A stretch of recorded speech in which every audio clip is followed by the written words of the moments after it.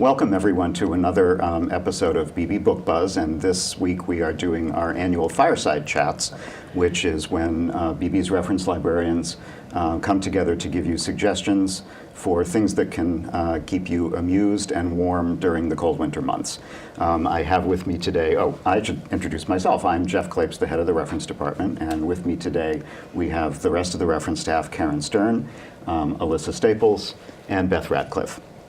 And the point behind this particular kind of program, you may have been following our monthly programs where we do a half-hour book buzz talk of current things that we're reading on WCAT. This month we're doing something a little bit different, which is our annual Fireside Chat, where instead of just talking about whatever we're reading, we actually do have prepared themed lists that we hope will cover a variety of different kinds of interests that people may have.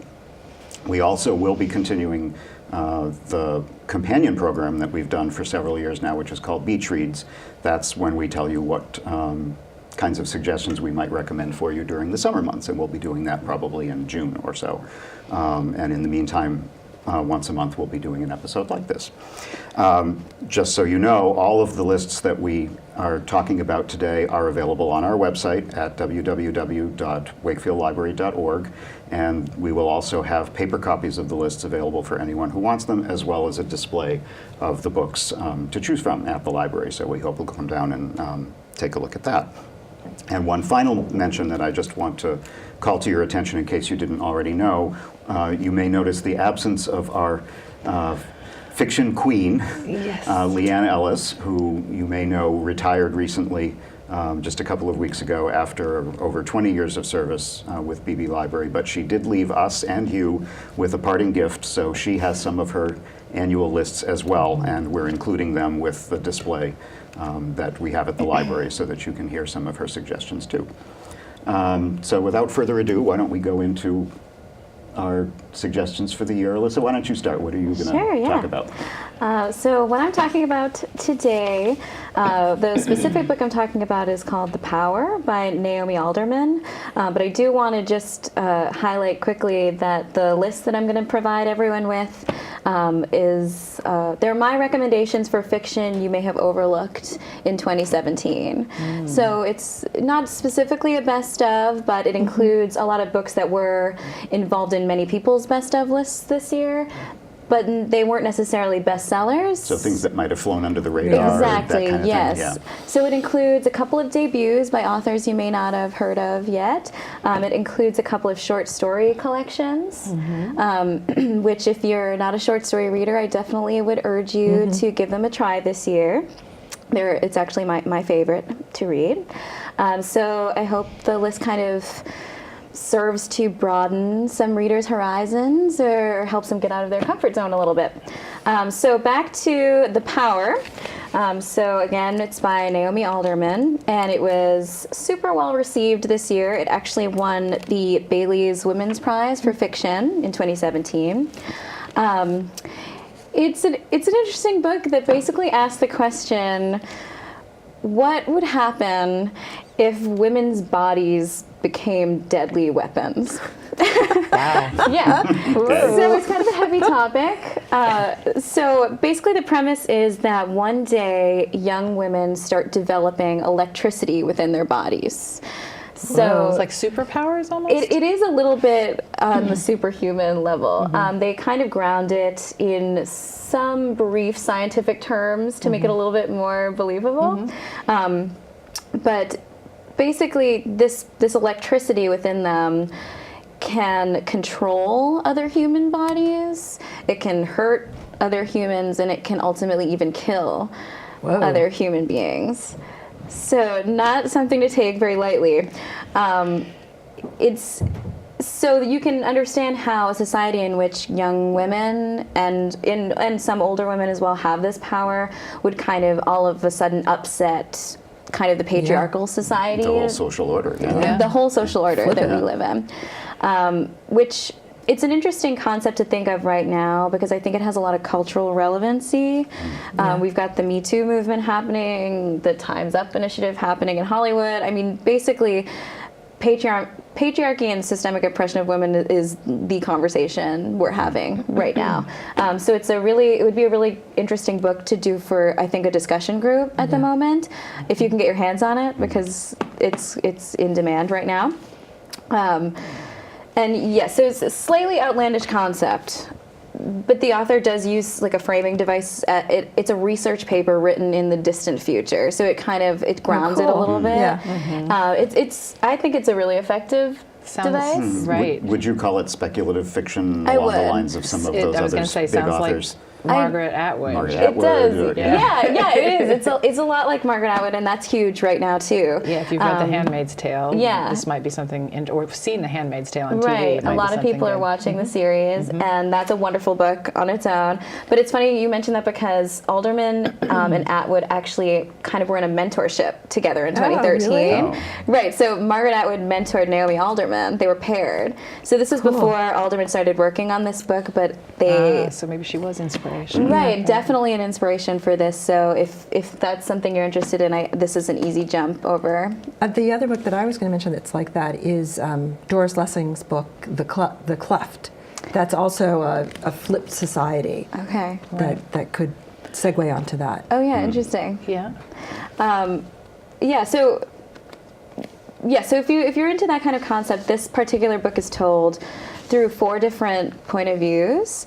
So there are 3 women and 1 man, and it does span religions and countries and races. So it kind of it tries to get as wide a reach as possible with this concept.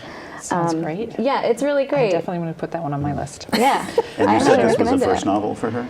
No, this one isn't a debut. Though the It's not, list, okay. my list does include some, but no. But this isn't one of them. No, this is just her newest, and I think her best. So But I would definitely I was thinking, recommend. can you imagine for a first author to work with Margaret Atwood? I know. Oh my God. But even so, But Even so, it's a dream. what Yeah, an amazing absolutely. opportunity to. Right. Yeah. Yeah. Cool. Great. Thanks.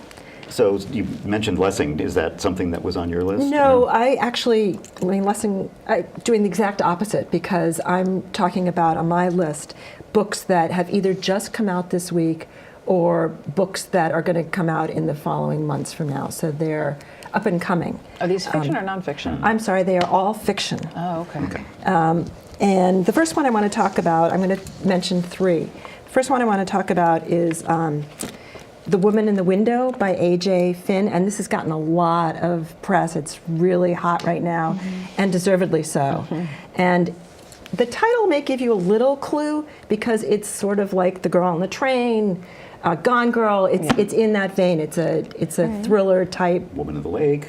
Woman of the Lake. Right. The girls and the women. So in this one, she is a recluse. She's agoraphobic. She doesn't go out of the house. So like the woman in Cabin 10. Exactly, that's right. They just keep on coming. Isn't this fun? We've got lots of thrillers Women to ride in on. places, right. Yeah. But no electrical charges. Oh, okay. I got it So covered. she spends her time drinking wine, watching Hitchcock movies and neo-noir movies, and spying on her neighbors. Good. So spying on her neighbors. So that's like one of the movies she watches. She watches Rear Window by Hitchcock. Oh, okay. And she sees a crime committed through her window. But has she really seen it? She's drinking all this wine. She's popping pills too. So has she really seen it, or is she hallucinating? So an unreliable narrator. An type unreliable situation. narrator. We had to Exactly. say that. Leanne's We had to- favorite. Leanne's favorite. We had to say it. Exactly. I wanted to quote from another movie, Betty Davis in All About Eve. Fasten your seatbelts. It's going to be a bumpy night. All right. That's the first one. The second one I wanted to mention is Lauren Goff. She's written a couple of other novels. This is going to be her third. It's called Florida. The other 2 take place in upstate New York. And the first one, The Monsters of Templeton, it's a woman who's... I remember reading that. I was trying to remember which Yes, one of hers I yes. had read. That's a great The book. woman who she's searching for the identity of her father, and she has to do research in history to do that, and so it's part historical, it's part fiction. Well, it's all fiction. I'm sorry. It's part mystery, and then there's just a little smidgen of supernatural, more an essence there, a metaphor, not real supernatural. And then the second one is Arcadia, and this is part of what I like about I read Goff. that one too. You're so well read, Jeff. And I didn't even know it, right? The thing about it is that she writes totally different topics. Very, very different topics, yeah. So Arcadia is about an upstate New York again, but it's about a little boy growing up on a commune. So he's very isolated, and then it goes up to the future, to now actually, where a pandemic has hit, a flu pandemic worldwide. So the ones isolated in this commune have a little bit better chance, but it's all of his journey through that. Sounds Her great. third book you will like because it's short stories. Okay. Actually, she's written another collection of short stories. So this But is still, that is wide ranging. yeah. And these are all about Florida. They all take place in Florida. Oh, that's nice and warm. Yes, but for now. Yeah. But they have different characters, different themes, different well, they're all in Florida, but they take place in different towns, Florida. But Florida is also a character. It's the climate. It's the ambiance, all Florida. So that's really going to be, I think, fascinating. Did you have a question? No. Okay, because my last book is another mystery book. It's this one takes place in Australia, so that was really fun. And it's by Jane Harper. It's called The Dry. The Dry. The Dry. And it's about, it's part of a series. I don't know how many she's going to do in the series, but the first in the series takes place outside of Melbourne. And it's detective, he's the Australian federal detective, and usually he's following a monetary trail, it's financial crime, but he goes back to his childhood home to attend the funeral of his best friend growing up. Turns out he was involved in a murder-suicide, and he's drawn into the investigation. She does a great job of the landscape again. She shows you how dry it is, how desolate, how isolated, how thirsty. And then the second one that she's coming out with, which is Force of Nature, it's all going to be different because it takes place in the mountains in Australia, I'm sorry. So it's going to be damp and lush and wet that's interesting. and mountainous. Dry, wet. Exactly. I see it. And that's the upcoming one that we're That's talking the about. upcoming That's one. That's going to be published in February. Right. So you're going to have to wait a little while for that. But you can meanwhile, start with the get dry now and then go to the... Yeah, so I'm... What was the new one called? The new one's called Force of Nature. Force of Nature, And okay. the first one is The Dry. Got The it. other thing about that one is that it's been optioned by Reese Witherspoon. So it okay. might be coming out in a movie, and which is also true for the other one, the Woman in the Window. Yes. That's been optioned by see that. Fox. So that's coming up. We may get to go to the May get some movies and film, see yeah. these two. Read them first. You've Great. heard it here first. But they both take place in Australia, just different parts of For Jane Harper's book. Harper's books. They're not even, I think, that far apart. They're all near Australia, near Melbourne. Near Melbourne. But But that very such different environments. environments exist so close to each other. I didn't Yeah. realize that. And is it going to be this? Are they really a series where I don't. they'll she be hasn't following the said same whether stories, or it's the same detective. She hasn't said whether she's going to do any more than this. And let me just tell you, the Force of Nature is a different premise because it's 5 women who go out alone on a corporate retreat to build bonds, but only 4 of them come back, and they're all bloody and injured. So totally different story, Wow. but still a mystery that Erin Falk is going to solve. So I'm hoping she comes out with a whole bunch more, but she hasn't Are they said. pacey? Or I mean, is it a page They're turner? not like Woman in the Window, Right. They're a little but bit they're still very much Compelling, plot-driven, yeah. very compelling. good. Yeah. Nice character development. Great. good. Cool. Karen? Karen, what do you got? Me, I have.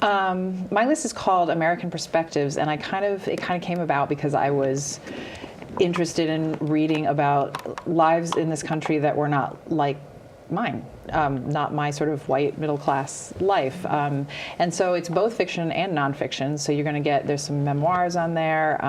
Actually, one that I talked about before, Sherman Alexi's You Don't Have to Say You Love Me is on there. There's Mary Matsuda Grunewald's Looking Like the Enemy, which is a first-person account of the Japanese internment camps in World War II.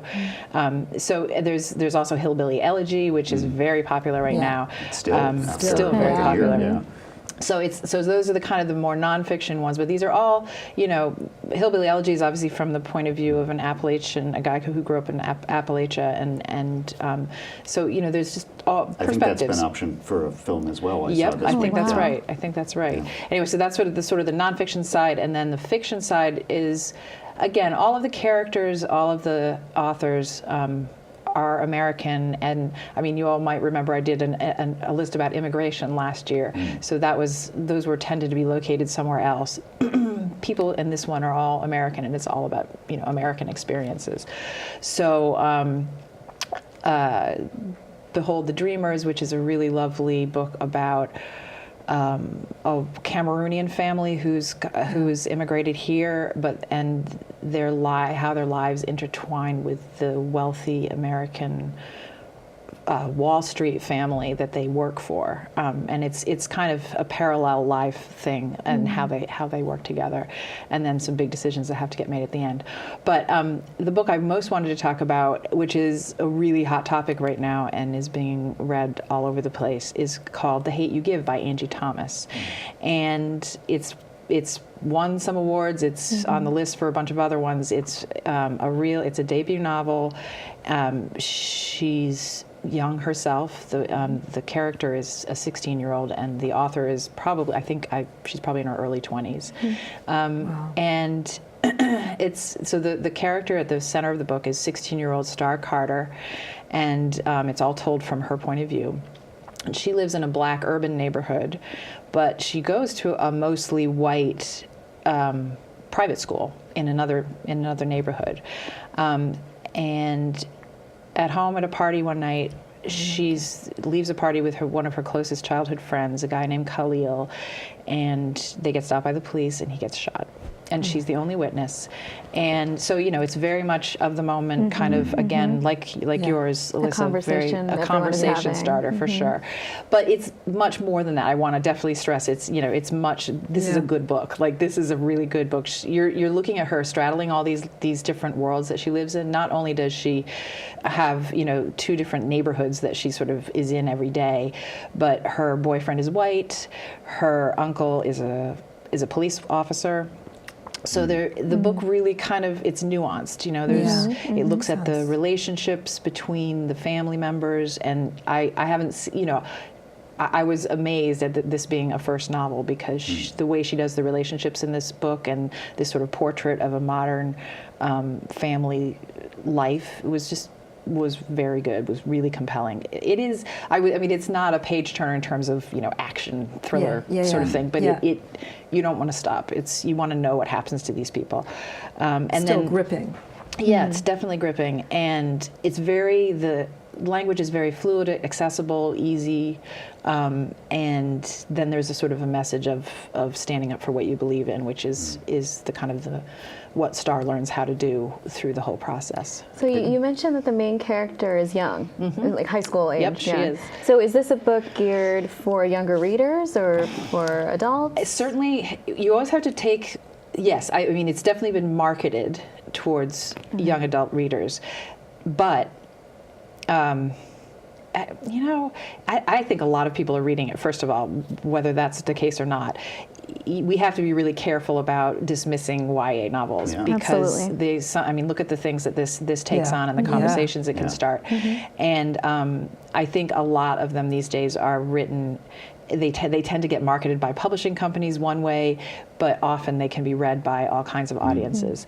And certainly it's a great, even if you don't think that this is for you in some way, it's worth reading, say, because you want to talk to a younger family member about these kinds of issues. It's a great way into all of that. There are a lot of, in fact, Charlottesville is actually doing this interestingly, as their as a citywide citywide read, book read. and That's a so is great Malden. So Yeah. it's becoming one of those books that people will talk about. I think it's worth reading just for that reason. And there's so many other, I can think of titles like Boy in the Striped Pajamas, The Reason I Jump, Yep. even The Hunger Games, things like that, where Harry Potter.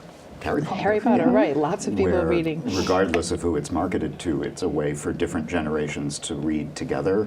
Exactly. And see- breach these and topics that can be hard that to. can be very hard Well, to I'll talk tell you about. what, Yeah. too. This is, I mean, if you want to get inside a teenager's head, if you're like, you look at teenagers and you think they're like some alien species, this is a great way because she know, you know, she's writing really from that point of view. So, she does a great job, really, really great job.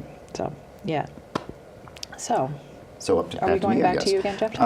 Yeah, actually, I have a list very similar to Beth's in that it's all over the map. The only thing that ties it together is that it's all really hot new nonfiction that is expected to come out in the next 2, 3, 4 months. And I'm focusing on nonfiction because that's what I do at the library, but I always love nonfiction because it spans such a wide range of topics, and my list has cookbooks and biographies and social science and history and so forth.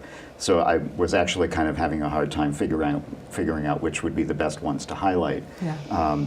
But there's actually 4 that I'm going to very briefly skim over, mainly because they go together so well, because they have a local connection. Which I think is kind of neat for people.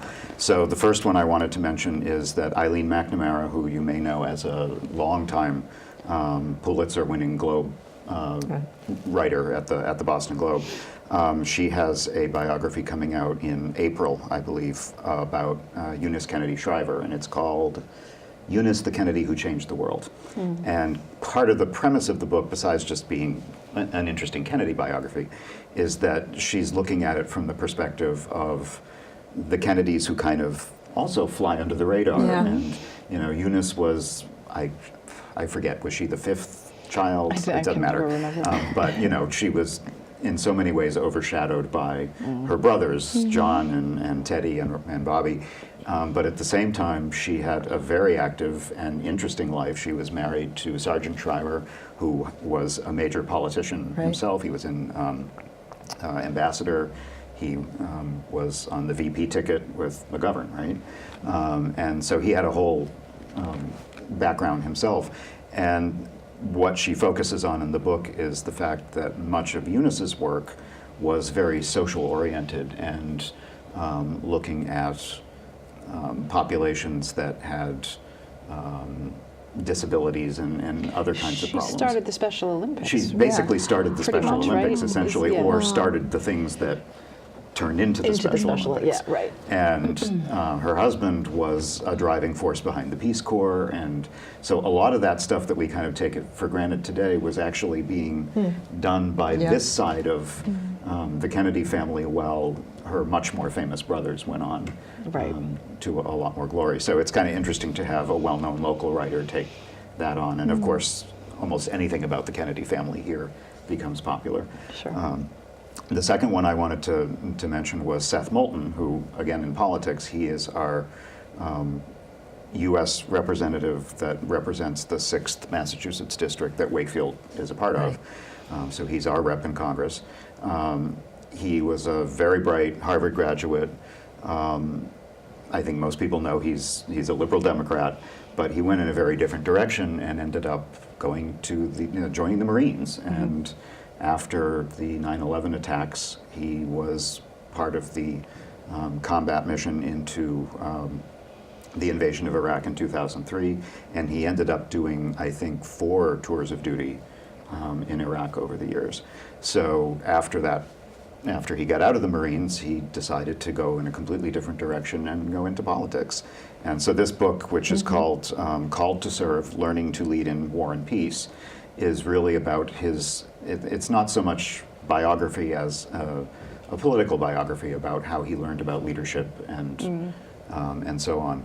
And even though he has a very particular political viewpoint, and he's known for that, has become quite well known for that, he's made a conscious effort to try to work towards bipartisanship. So it'll be interesting to see how a local politician like that can tell his story. On a much lighter side, I don't know if any of you read love letters in the Boston Globe. I do. Meredith Goldstein is the writer, the advice columnist writer, and she has one coming out also in April called Can't Help Myself. Lessons and Confessions from a Modern Advice Columnist. And I think it's going to be, well, she's funny anyway, but I think it's going to be a good read because it's a memoir, really. It's not just about her work. She's kind of talking about the fact that her day job is trying to give advice to people on how to deal with mostly relationships is what her column is about. But at the same time, in her personal life, she's had all kinds of the same difficulties that everybody else has, that range from relationship problems to much more serious. Her mother was diagnosed with cancer, and she has to cope with that. So what's kind of interesting is this will be a memoir that draws on her experience as a writer, a columnist, because her column is actually a little bit different for people who don't read her. She's a little bit more modern than the traditional Dear Abby letter response thing, because in addition to her answering a letter writer's questions and giving advice, she has a whole community, like social media kind of community of readers who join in, and they contribute their opinions as well after hers. Yeah. So it's more of a very modern social media kind Sort of of way. like a blog. Yeah, almost like that. So it's a different style of advice column from a lot of the other ones.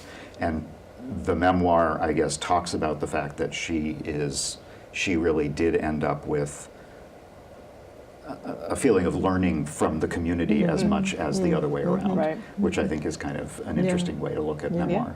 So that's coming out in April. And the big one, which fortunately you won't have to wait too long for, because I think it's next week or a week and a half, is probably, I'm expecting this to be the big book of the winter months.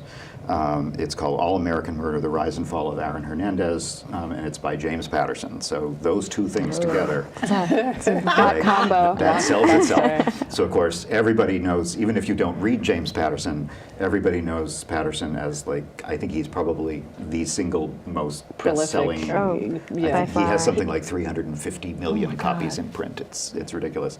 And he's known mostly for fiction. He has the Alex Cross series, he's got the Women's Murder Club series, all these thriller mystery series. He's written almost no nonfiction. I think there's like 2 others maybe. So it's a different foray for him to go into this true crime. It's going to be really interesting to see how he does it. He picked a heck of a story because, of course, again, with that local connection, I'm assuming everybody kind of knows the story of Hernandez, who started out as a sort of doing well, but in the obscurity of college football in Connecticut, and rose from there to be, I think, the youngest player in the NFL, and then went on to be a Super Bowl Patriot on the Patriots team, and then from there completely went down to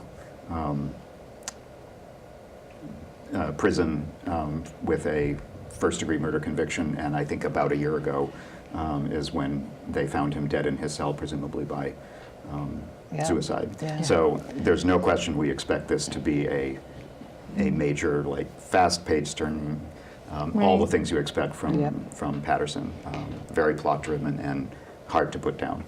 So those, I think, will all be kind of interesting coming out this spring.